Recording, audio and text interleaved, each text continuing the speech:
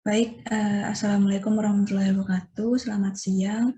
Kami dari kelompok 4 akan mempresentasikan hasil dari kerja kelompok kami mengenai statistik dalam kimia analitik.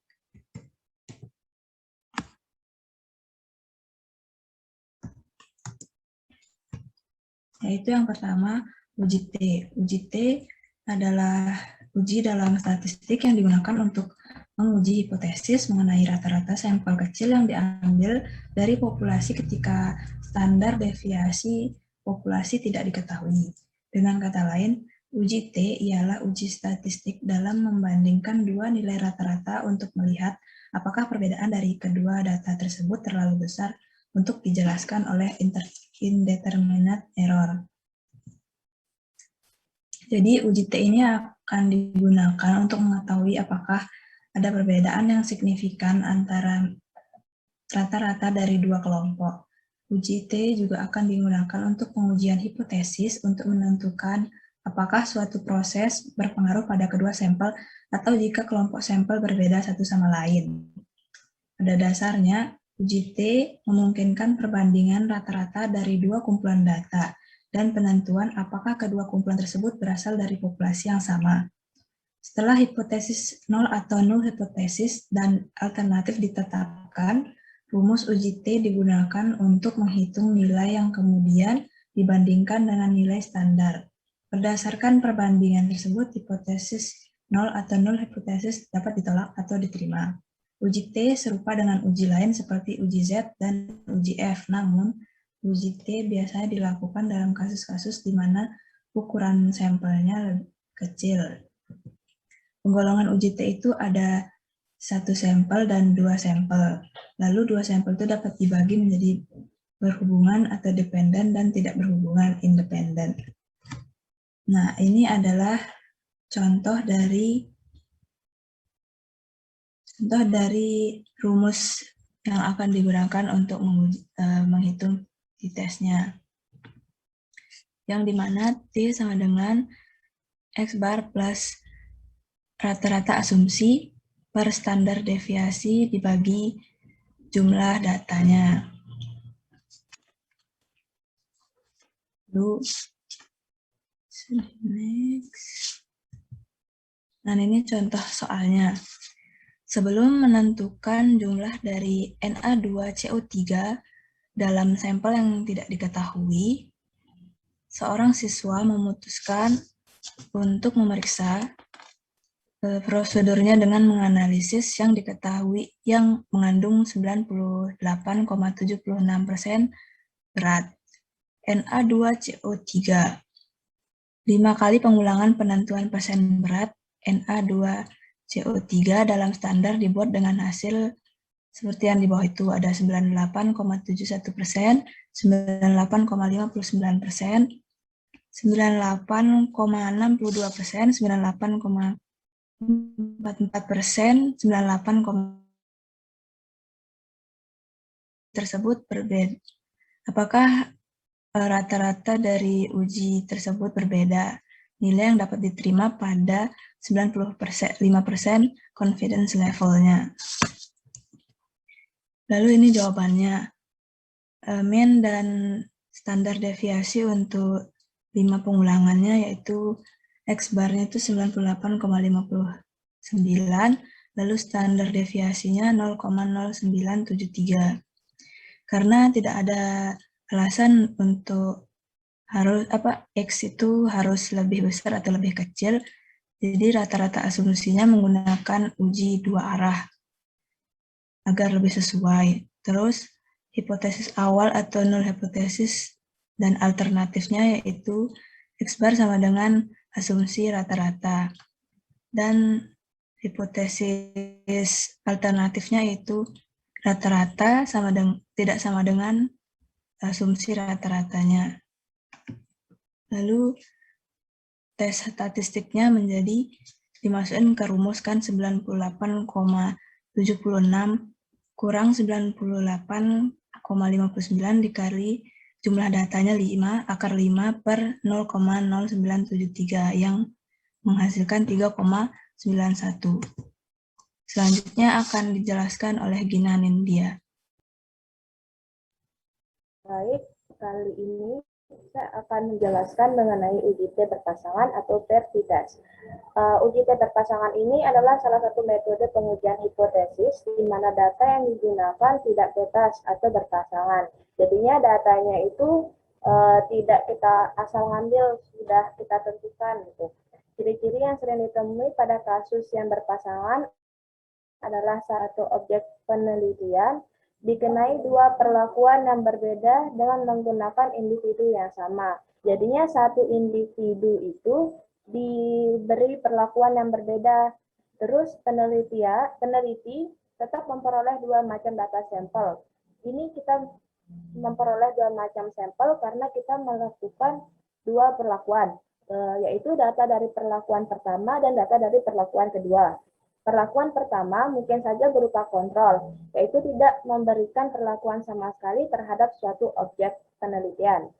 Misalnya, pada penelitian mengenai efektivitas suatu obat tertentu, perlakuan pertamanya itu mungkin itu menerapkan kontrol, variabel kontrol. Sedangkan yang keduanya itu barulah objek penelitian dikenai satu tindakan tertentu, misalnya pemberian obat. Jadi misalnya yang pertama itu dia tuh tidak dikenai apa-apa, dan yang keduanya itu baru dia dikenai suatu variabel, misalnya pemberian obat. Nah, dengan demikian performance obat dapat diketahui dengan cara membandingkan kondisi objek penelitian sebelum dan sesudahnya, yang dimana maksudnya dari contoh ini tuh sebelumnya itu mungkin tidak dikenai metode apa-apa, dan kedua itu mungkin metodenya itu diberikan obat. Selanjutnya,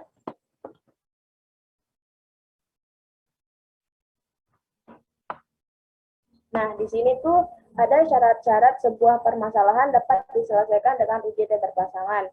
Yang pertama itu skala data numerik, interval atau rasio. Yang kedua hipotesis komparatif. Yang ketiga data terdiri dari dua kelompok seperti sebelumnya. Dan keempat itu kelompok data berpasangan. Dan yang terakhir, data terdistribusi normal dengan p-value-nya itu sebesar 0,05 atau alfanya 0,05. Next. Nah, di sini kalau kita mau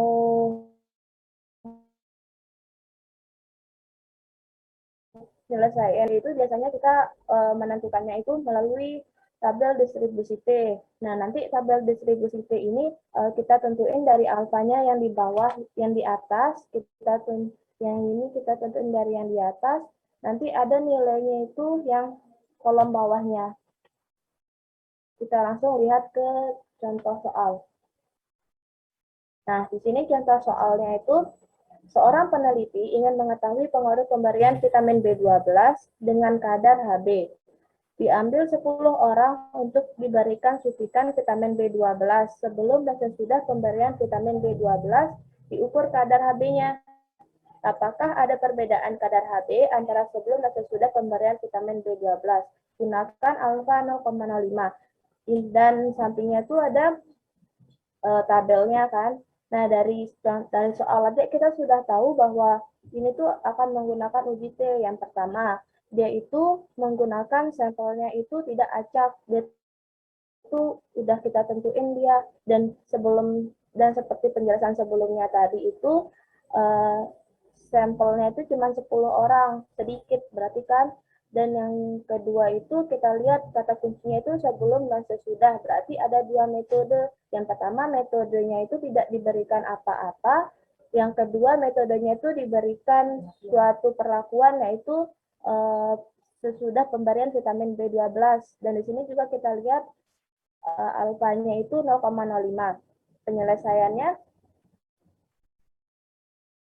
nah sebelum kita menyelesaikannya itu kita harus membuat hipotesis awal. Hipotesis awal itu atau H0 atau μ1 itu tidak ada perbedaan kadar Hb setelah dan sebelum pemberian kadar vitamin B12. Dan hipotesis alternatif atau biasa kita sebut μ2 yaitu kebalikan dari mu pertama. Adanya perbedaan kadar Hb setelah dan sebelum pemberian kadar vitamin B12. Nah, di sini kemudian kita akan mencari rata-rata selisih atau deviasi sebelum dan sesudah, dan SDD yaitu standar deviasi dari selisih atau deviasi sebelum dan sesudah. Seperti di tabel ini. Yang pertama kan kita tulis dulu datanya. Berapa Hb yang sebelum dikasih vitamin B12 dan Hb yang setelah dikasih vitamin B12. Setelah itu kita cari totalnya. Kita selisihin dulu kedua data ini. Setelah kita temukan selisihnya, kita totalkan dan kita cari rata-ratanya. Setelah itu untuk SDD-nya itu baru kita kurangi antara selisihnya. Selanjutnya, nah di sini UJT berpasangan ini kita menggunakan rumus yang seperti di kiri ini, yaitu D per SDD per akar N. N itu banyak sampelnya. DF-nya itu N-1, karena DF-nya berarti 10 min 1 yaitu 9. Nah, di sini langkah-langkahnya itu kita masukkan dulu nilai yang kita ketahui. Seperti D-nya tadi 1,5 per 6 per 10 sama dengan 9,80. DF-nya karena N-nya 10 dikurangi 1 jadi kan. Kemudian kita cari nilai P pada tabel, nilai alfa pada tabel P. 9, dan 9 sebelah kanan 3,250. Jadi kita menggunakan, karena kita menggunakan alfanya 0,05, boleh di slide sebelumnya enggak? Yang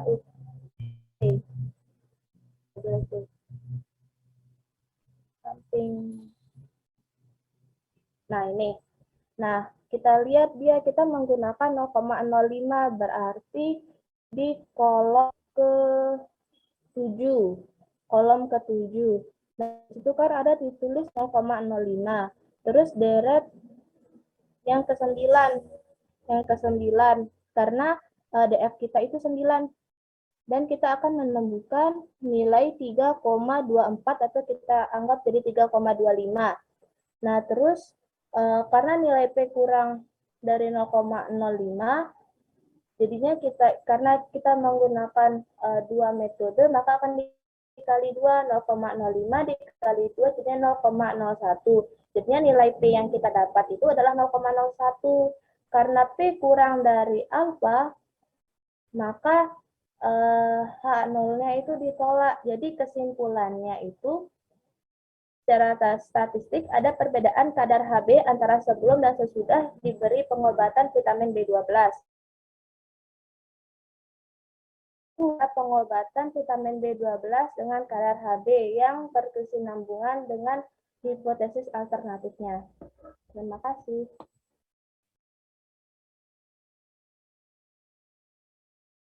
Lalu selanjutnya akan dijelaskan oleh Husnul. Baik, terima kasih Kepadanya Fathia. dipersilakan. Selanjutnya di sini yaitu UGF, membandingkan standar deviasi atau varian. UGF ini digunakan untuk Iya, sudah membandingkan dua atau lebih variasi yang dihasilkan dari kumpulan data. Uji ini sangat berguna untuk membandingkan presisi metode analisis untuk melihat apakah salah satu metode lebih baik digunakan dibandingkan dengan yang lain, membandingkan 3 atau lebih dari kelompok kategori untuk menentukan apakah ada perbedaan di antara mereka. Selanjutnya, contoh soal dan pembahasan. Dalam sebuah percobaan, 4 konsentrasi bahan kimia digunakan untuk merangsang pertumbuhan sejenis tanaman tertentu selama periode waktu tertentu. Di sini, apakah ada beda pertumbuhan rata-rata yang nyata yang disebabkan oleh keempat konsentrasi bahan kimia tersebut? Selanjutnya yaitu mencari jumlah kuadrat total atau JKT dengan menggunakan rumus seperti ini. Dari soal yang tadi dihasilkan JKT-nya sebesar 19.350. Dan kemudian di sini kita mencari jumlah kuadrat perlakuan dan jumlah kuadrat galat, JKP dan JKG.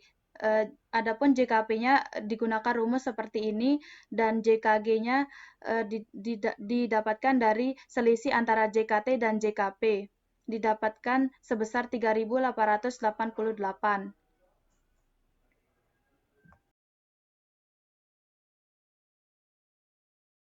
Nah, selanjutnya di sini hipotesa. Hipotesa awalnya data pertama, kedua, ketiga itu sama. Hipotesa alternatifnya ada rata-rata data yang tidak sama. Kemudian tingkat signifikansi yang digunakan yaitu 0,05. Kemudian karena DF1 atau derajat bebas perlakuannya sama dengan 3 dan derajat bebas galat atau DF2-nya sama dengan 16, maka didapatkan F pembandingnya itu 3,24. Jadi daerah penolakannya hipotesa awal ditolak jika F hitungnya lebih dari 3,24. Nah, di tabel sebelah kanan ini kita melihat F hitungnya itu didapatkan sebesar 21,213. Oleh karena itu, F hitung ini didapatkan dari rumus F hitung pada slide sebelumnya, yaitu kuadrat rata-rata perlakuan per kuadrat rata-rata galat. Didapatkan F hitung sebesar 21,2113. Karena F hitungnya lebih besar dari 3,24, maka hipotesis awalnya ditolak. Sekian, terima kasih.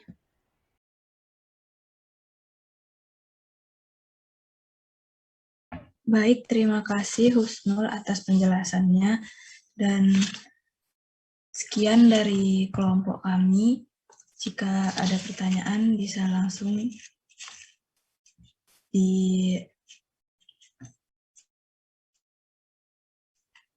ditulis melalui komentar YouTube. Terima kasih.